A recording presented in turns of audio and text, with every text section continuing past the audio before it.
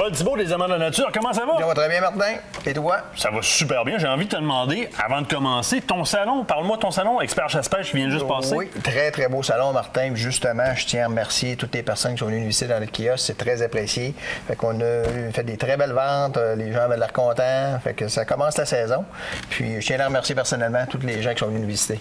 Et évidemment, cette année, une chose qu'on a vue, l'engouement de l'arc est vraiment présent. On s'en est rendu compte au salon. C'est une des raisons pour laquelle tu as décidé de venir me parler de pointe de flèche, parce qu'on est rendu là. C'est ça. On est rendu à pratiquer avec nos pointes de pratique, qui sont souvent fournies avec les kits de pointe de chasse en tant que tel, et à faire ce choix-là qui peut être fastidieux. Hein? Il y a beaucoup de modèles.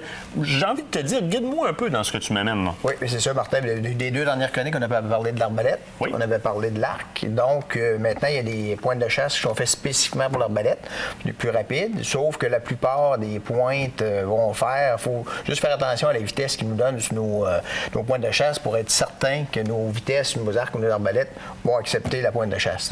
Parce que si j'ai pas la vitesse qui est adaptée à la pointe, si la pointe de flèche n'est pas adaptée à la vitesse de mon arc ou de mon arbalète, elle pourrait carrément ne pas ouvrir ou encore ouvrir en vol puis changer la balistique, la direction de la flèche en vol. C'est ça, Martin. Des pointes de chasse fixes, on ne parlera pas de ça parce que c'est ouvert, c'est toujours ouvert. Donc, il y a des modèles, c'est sûr que, par exemple, on a une arbalète qui va rouler 400 pieds secondes. Si on achète une pointe de chasse qui est faite pour ouvrir à 325 secondes, mais là, c'est sûr, il faut prendre la bonne pointe de chasse en conséquence. Prendre la bonne décision. Je vois les Rage, je les connais bien, ça fait un petit bout de temps que tu les tiens. C'est des points qui sont encore très populaires, ça, là. Oui, Saint-Martin, vois-tu, j'en ai emmené un 7 ici, vois-tu, c'est pour la dinde, celui-là. Vois-tu la coupe 2.25? Fait que ça, c'est une coupe qui est très large pour le dindon sauvage, c'est souvent ça qu'on va utiliser. Fait qu'elle est faite spécifiquement pour le dindon sauvage. Puisqu'on tire dans le caroncule, on veut vraiment infliger une grosse coupure au caroncule pour provoquer un saignement rapide de l'oiseau. C'est pour ça qu'on ouvre large comme ça. C'est ça. T'as un autre modèle de Rage ici? Oui, c'est Martin. C'est une de mes préférées, dans le fond. J'ai chassé 3 ans de temps avec ça. Je suis sûr qu'on change. Chaque année, on essaye. On en vend. Fait qu'il faut avoir quelque chose à dire aux clients quand on les essaie. Celle-là, j'ai jamais eu de problème. C'est ça. C'est sûr que si on passe, comme je t'expliquais tantôt, à plus, celle-là a été testée à peu près à 375 pieds secondes, mais elle ouvre pas.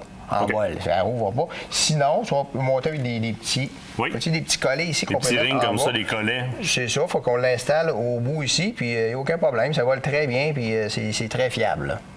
C'est ce qui empêche que ça ouvre en vol. Ce qui est le fun aussi du côté de Rage, c'est qu'on inclut dans les paquets, dans les emballages, une pointe de pratique qui a la même pesanteur et la même mécanique que la pointe de chasse. Ça peut faire une grosse différence, Guy Paul. C'est ça. Pratiquer avec la bonne pointe. Oui, c'est sûr que quand on va à la chasse, tout l'été, on va se pratiquer avec nos pointes de pratique sur nos flèches.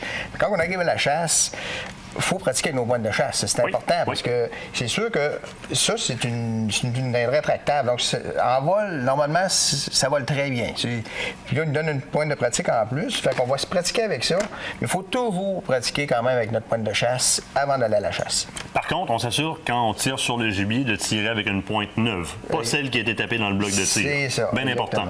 On continue. Ici, tu parles de... La compagnie WAS, Martin. Ça, ils viennent d'en sortir une cette année spécifiquement pour l'arbalète. Donc ça, je l'ai testé l'année passée, j'étais allé à la chasse avec elle l'an dernier. Puis ça, si tu pratiques avec ta pointe de pratique, tu mets ça au bout de ta pointe de chasse, au bout de ta flèche après.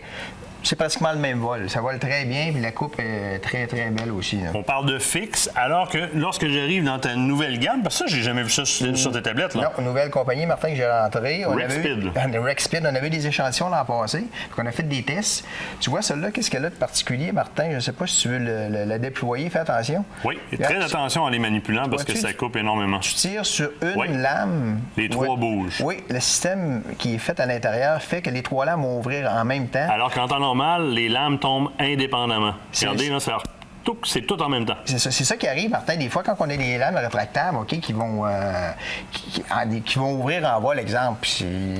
Ça, c'est parce qu'il y en a une, à un moment donné, peut peut-être ouvrir. Donc, ceux-là, ça va être impossible parce qu'avec la tension qu'il y a dessus. Mais j'ai remarqué en tirant dessus qu'il y a une bonne tension. Et en plus de ça, elle vole très bien. On les a testés l'an passé, puis c'est vraiment fantastique. Belle qualité aussi, hein? Je passe à la prochaine, mais le membre principal est anodisé, donc une très belle qualité de flèche. Ici, on est avec une qui est fixe. Oui.